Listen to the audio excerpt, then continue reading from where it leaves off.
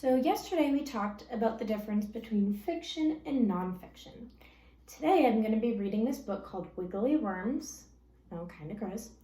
And I want you to think about the elements that you're noticing in this book and if they are fiction or nonfiction. So this is called Wiggly Worms. I'm going to pause right here. What do you already notice on this first page? Is this a photograph or an illustration? So a photograph would tell us, or it would give us one hint that this could be nonfiction, but let's keep reading to find out. This first page is my table of contents. This is small animals, big changes, earthworm bodies, slimy worms, earthworm behavior, earthworms are good for the soil, wanted, earthworms, and glossary.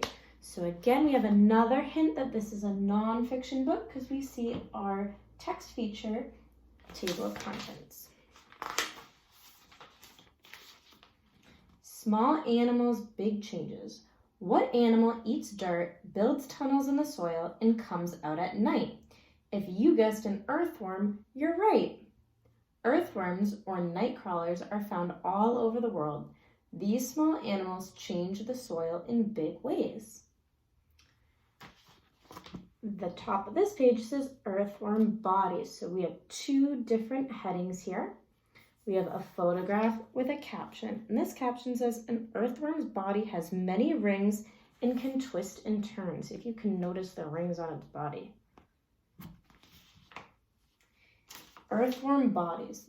An earthworm's body is shaped like one tube inside of another. A tube of muscle surrounds a tube that breaks down the food that the worm eats.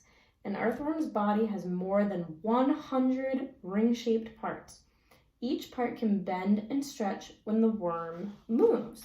So there's some more great text features on this page. This is a bold word. So if I didn't know what the word muscle means, I could go to the back of my book where the glossary is and read that muscle is a type of body tissue that contracts and relaxes to allow movement. I have a diagram here that labels the different parts of the worm. See if you can read about the different parts of the worm.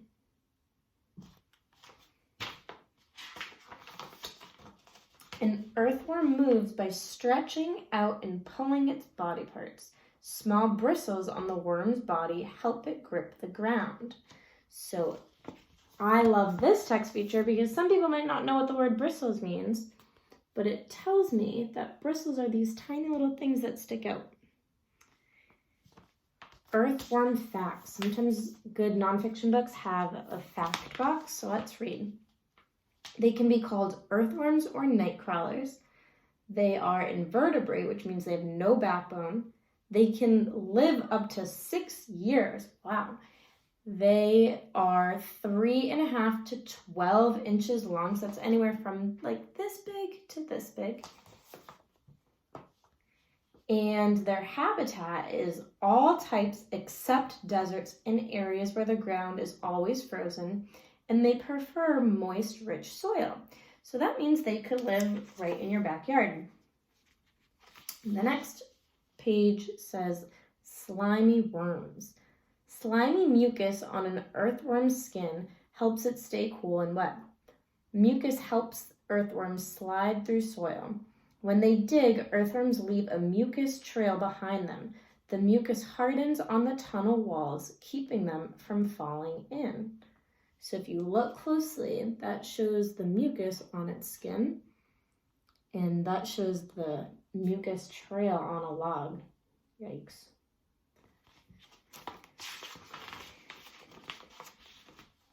Worms also use mucus to protect their eggs after they mate. The mucus hardens into a worm cocoon. Baby worms stay in the cocoon for weeks or months. They come out when the soil is warm and wet enough for them to survive. Earthworm behavior.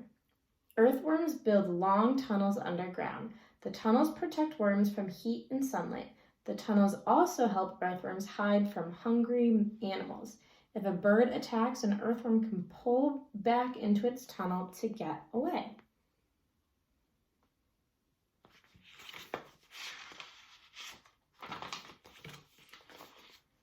Earthworms don't have ears, but they can sense tiny movements in the ground. They don't have eyes, but special parts of their skin can sense light. They avoid bright light. Avoid means they stay away from the bright light. Earthworms are sometimes called night crawlers because they come out at night to look for food. They use their mouths to pull dead leaves and plants into their tunnels to eat later. You can see this photograph shows the worm pulling the leaf down into its tunnel. Earthworms are good for the soil. Farmers love earthworms. When earthworms dig tunnels, they make space in the soil. The space helps plants get what they need to grow. Earthworms also put organic matter, such as rotting leaves, into the soil. Organic matter acts like a sponge. It soaks up water so soil stays wet longer.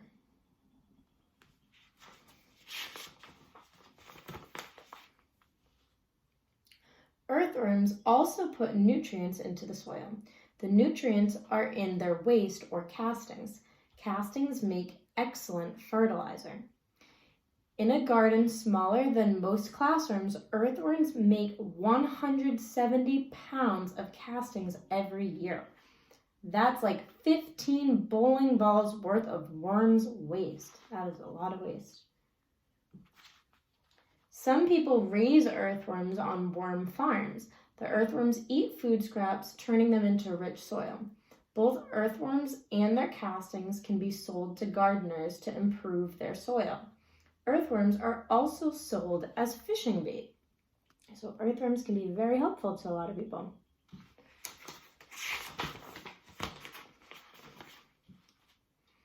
This heading says, wanted earthworms. Can you think, make a prediction, who might want earthworms? Farmers aren't the only ones who love earthworms. Moles, rats, and toads love juicy night crawlers. They love to eat them. Fish think earthworms are tasty too. Earthworms are an important food source for these and other animals. Earthworms may be small, but they have a big job, helping plants grow. And this photograph shows an earthworm poking its head out.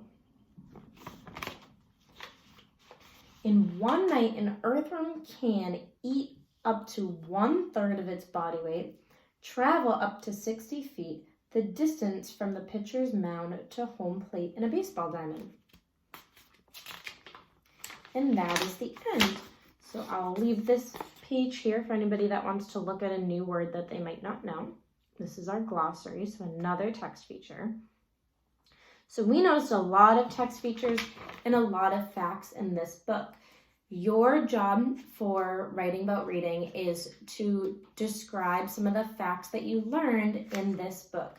So if you want, I would keep this video up maybe in one tab and open up your writing document in the other, and you can scroll to different pages and write about some of the facts that you learned about earthworms. If you have any questions, you can feel free to ask.